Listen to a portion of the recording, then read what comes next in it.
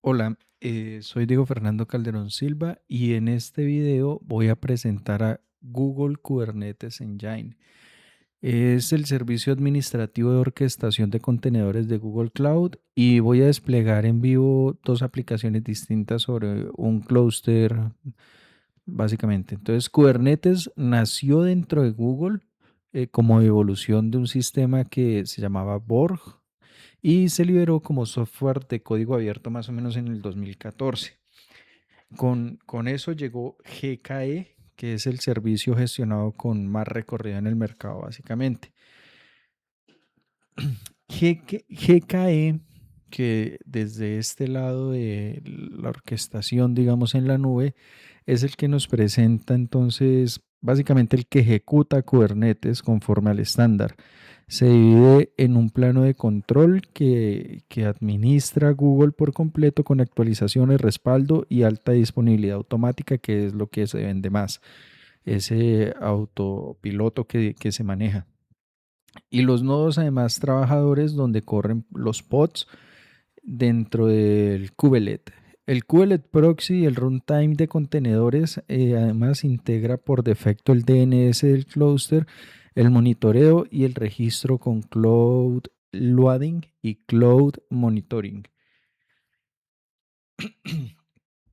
Bueno, entonces hablamos un poco acerca de los conceptos básicos de Kubernetes, por qué Amazon Web Services en el EKS o Azure en el AKS no se utilizaron acá y por qué el GKE, que es el que vamos a utilizar. ¿Por qué no los otros y por qué este sí? Lo que distingue a GKE es un modo autopiloto, como les decía hace un segundo. Google gestiona los nodos, el escalado y la seguridad y si nosotros pagamos solo por los recursos que los pods solicitan. Con eso lo que nosotros hacemos es evitar el sobreaprovisionamiento, que es lo que sucede muy fuerte en los otros servicios, y también ofrece un plano de control regional que sobrevive a la caída de una zona, actualizaciones automáticas por canales de versiones con reemplazo progresivo de nodos y autoescalado horizontal y vertical con autoaprovisionamiento de nodos. Eso es lo que nos promete.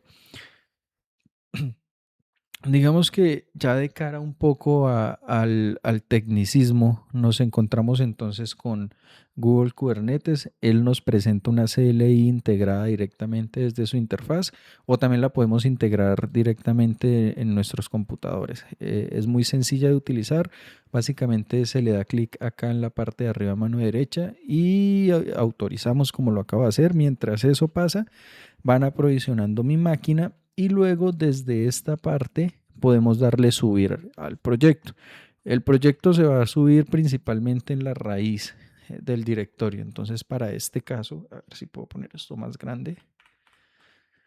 Para este caso, entonces, voy a acceder a GKE y aquí voy a tener entonces los archivos de los dos servicios que yo voy a desplegar. Digamos que yo preparé un archivo de deploy y en ese archivo de deploy tengo deploy y por si falla deploy 2, simplemente al correrlo pues voy a tener desplegado el servicio pues de cara un poco al tema de la automatización, ¿no? Entonces, si nos fijamos un poco, él tiene 6 pasos principales donde va a activar las APIs, donde va a crear los repositorios, luego construye y sube las imágenes, construye absolutamente todo hasta el punto de esperar las IP públicas que nos van a retornar. Si nos fijamos en el deploy 2 pues es un canal alterno donde los pipes funcionan exactamente pues igual, reconstruye. Recordemos que este es un paso sobre si falla la primera por X o Y motivo, pues entonces lo hacemos acá con un poco más de tiempo entre los balanceos de carga y todo eso para que no haya ningún problema. Listo, entonces GKE ejecuta Kubernetes conforme al estándar. Se divide en un plano de control que administra Google por completo y bueno, hasta ahí creo que no habría problemas. Entonces miremos un poco los nodos que, nos, que nosotros tenemos corriendo.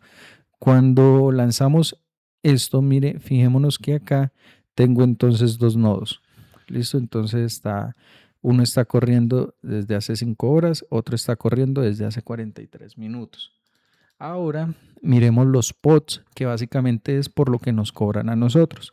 Entonces, acá en los pods, corriendo uno de uno, todos están corriendo, tienen un tiempo desde hace 3 horas, que es básicamente desde el tiempo que yo los he venido corriendo. Y adicional a eso, podemos ver las respuestas con consumos de CPU tal al mejor estilo de Docker, ¿no?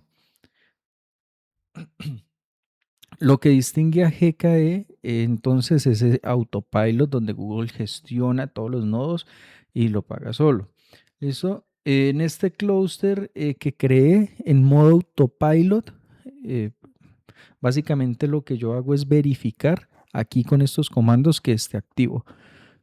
Por lo que se puede evidenciar, pues está corriendo y listo. A partir de aquí todo lo que se hace declarado son objetos de Kubernetes, ¿sí? Luego lo que hago es desplegar la primera app, así como lo vimos acá en esta parte de acá. Lo que hago es desplegar la primera app. Listo, se activa. Luego que se activa, entonces desplegamos la primera app y listo. Eso básicamente es un deployment con 3 réplicas y un service de tipo load balancer que le va a dar una IP pública. Entonces, ¿cómo puedo ver yo esa IP pública? Justamente con Qt Get Pods y ver que está corriendo, tal como yo lo habíamos visto. Ahora, eh, revisemos o más bien obtengamos el SBC de esa IP, el clúster. Entonces, acá si nos fijamos, tengo el clúster que me apunta a 34.170.188, que es justamente la página web que yo tengo corriendo en este momento. Y si se fija, cada que yo actualizo la página, en este momento la actualicé y me carga de nuevo el pod, que es justamente lo que me verifica que esté corriendo y no se esté sobre ejecutando. En este caso, entonces, el service reparte el tráfico entre las réplicas y si un pod se reemplaza, pues la IP se mantiene estable. Ahora, en la segunda app es un poco diferente, ya que no tenemos un servicio web, sino que tenemos un API en Nest.js, en su propio namespace con un autoescalado. Entonces, para eso podríamos escribir, por ejemplo, donde nos dice a nosotros, bueno, consumos, está corriendo efectivamente, y si revisamos la IP que retorna, pues acá tenemos entonces 34.46.2.35.5 para el API productos y nos va a mostrar el JSON que tiene eso. Escaló la web manualmente a 5 réplicas, miremoslo.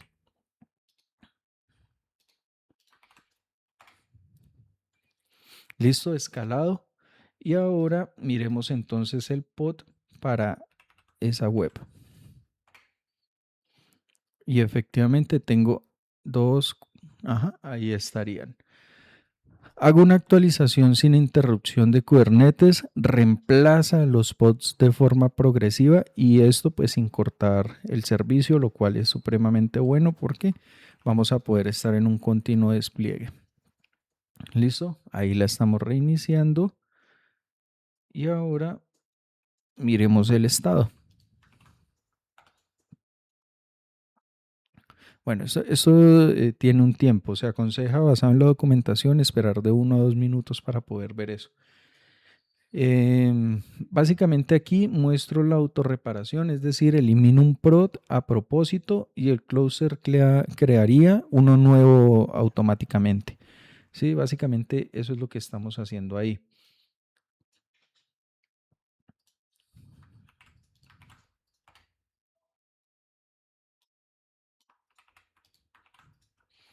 Listo, entonces nos lo llevamos. Y ahora revisamos que efectivamente algunos ya no existen, otros quedan. hay que dejar viendo esto, cómo aparece nuevamente el prot y listo.